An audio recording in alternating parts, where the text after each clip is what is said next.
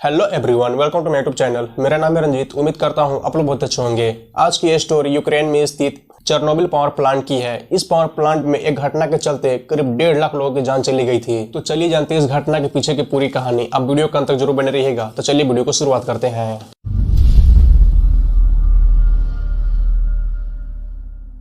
दुनिया ने हिरोशिमा और नागासाकी शहरों पर न्यूक्लियर हथियारों का विध्वंस देखा है, लेकिन परमाणु प्लांटों में हुई घटना के चलते लाखों लोगों के जीवन प्रभावित हुई है। 26 अप्रैल 1986 ईस्वी को भी यूक्रेन के चेर्नोबिल में स्थित पावर प्लांट में हुई एक घटना के चलते करीब 1.5 लाख लोगों की जान चली गई थी। इसलिए जरूरी है यह जानना कैसे यूक्रेन आखिरकार अपने आप को इस घटना से उबारा।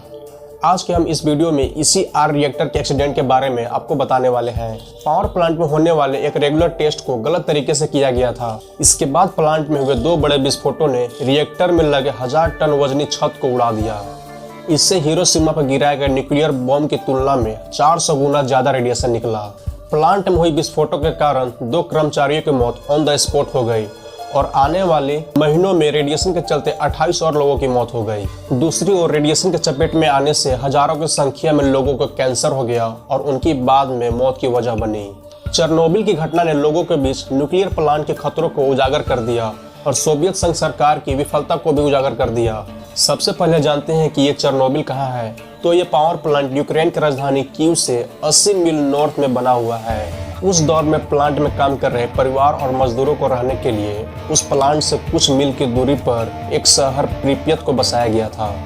यहाँ पर प्लांट में काम करने वाले लोग रहा करते थे। इस पावर प्लांट का निर्माण सन 1977 ईस्वी में की गई थी और उस समय यूक्रेन सोवियत संघ यानी कि यूएसएसआर का हिस्सा हुआ करता था। लेकिन 1983 में 4 न्यूक्लियर रिएक्टर बनकर तैयार हो चुका था और आने वाले सालों में 2 और न्यूक्लियर प्लांटों को बनाने की योजना बनाई जा रही थी।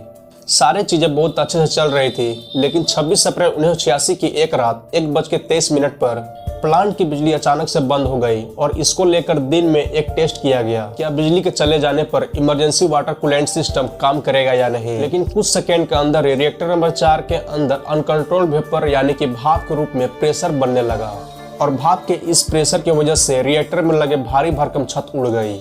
इससे रेडिएशन और रेडियोएक्टिव मलयों का गुबार बाहर निकलने लगा और कुछ ही सेकेंड के अंदर उसके अंदर एक और विस्फोट हुआ और एक्स्ट्रा फ्यूल बाहर आने लगा। रिएक्टर नंबर 3 के छत पर आग लग गई और अब प्लांट पर खतरा मंडराने लगी थी। घटना के तुरंत बाद ही दमकल कर्मी यानी कि फायर ब्रिगेड की एक टीम मौके पर पहुंची और विस्फोट के बाद प्लांट में लगी आग को बुझाने में लग गई।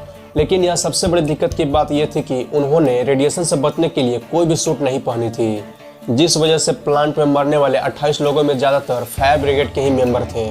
इस ब्लास्ट को करीब से देखने वाले लोगों ने बताया कि जो दमकल कर्मी आग बुझा रहे थे उनका कहना था कि रेडिएशन मेटल के स्वाद जैसा लग रहा था और उनके पूरे बॉडी में पिन या फिर सुइयां चुभने जैसी महसूस हो रही थी। सुबह के 5 बजे तक रिएक्टर नंबर 3 को बंद कर दिया गया और अगले 24 घंटे के अंदर रिएक्टर नंबर 1 और 2 को भी बंद कर दिया गया। 26 अप्रैल को सोवियत संघ के सैनिकों को आग बुझाने के लिए तैनात किया गया, लेकिन तमाम मेहनत के बाद भी 2 हफ्ते तक रिएक्टर में आग लगी ही रही। फिर 2 हफ्ते के बाद ही आग को पूरी तरह से बुझाया जा सका। और अब बात उन कारणों की करने वाले हैं जिसके वजह से इतिहास के सबसे बड़े न्यूक्लियर एक्सीडेंट हुआ। तो जांच में पता चला कि इसका कारण न्यूक्लियर रिएक्टर के डिजाइन में भारी गड़बड़ी थी। इसके साथ साथ न्यूक्लियर रॉड में जो कंट्रोल रॉड होता है, इस कंट्रोल रॉड में भी कई खामियां थी।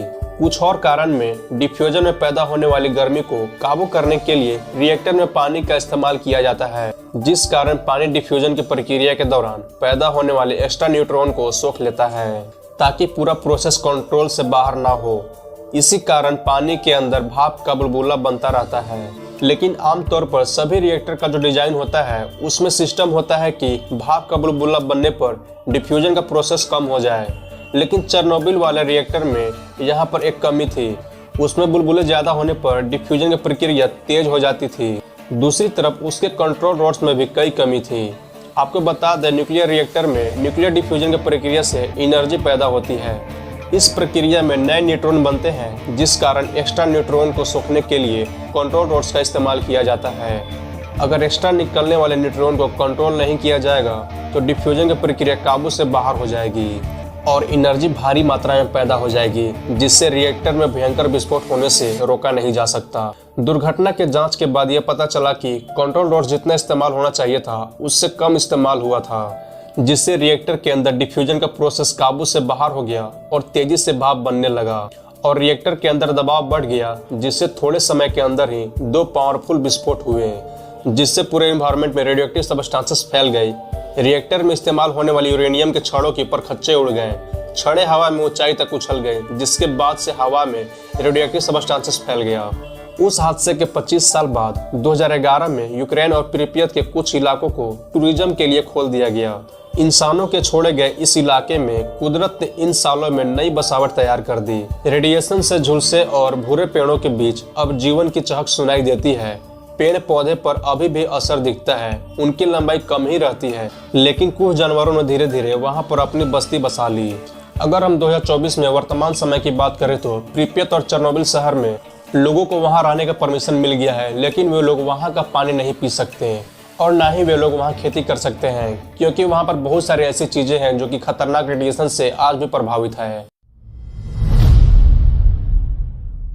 तो आपकी क्या राय है इस चेर्नोबिल त्रासदी को लेकर, मुझे कमेंट बॉक्स में जरूर बताइएगा। साथ ही साथ मेरे वीडियो को लाइक कीजिएगा, शेयर कीजिएगा और मेरे चैनल को सब्सक्राइब कर लीजिएगा। तो मैं आपसे मिलता हूँ नेक्स्ट वीडियो में। Thank you and bye bye.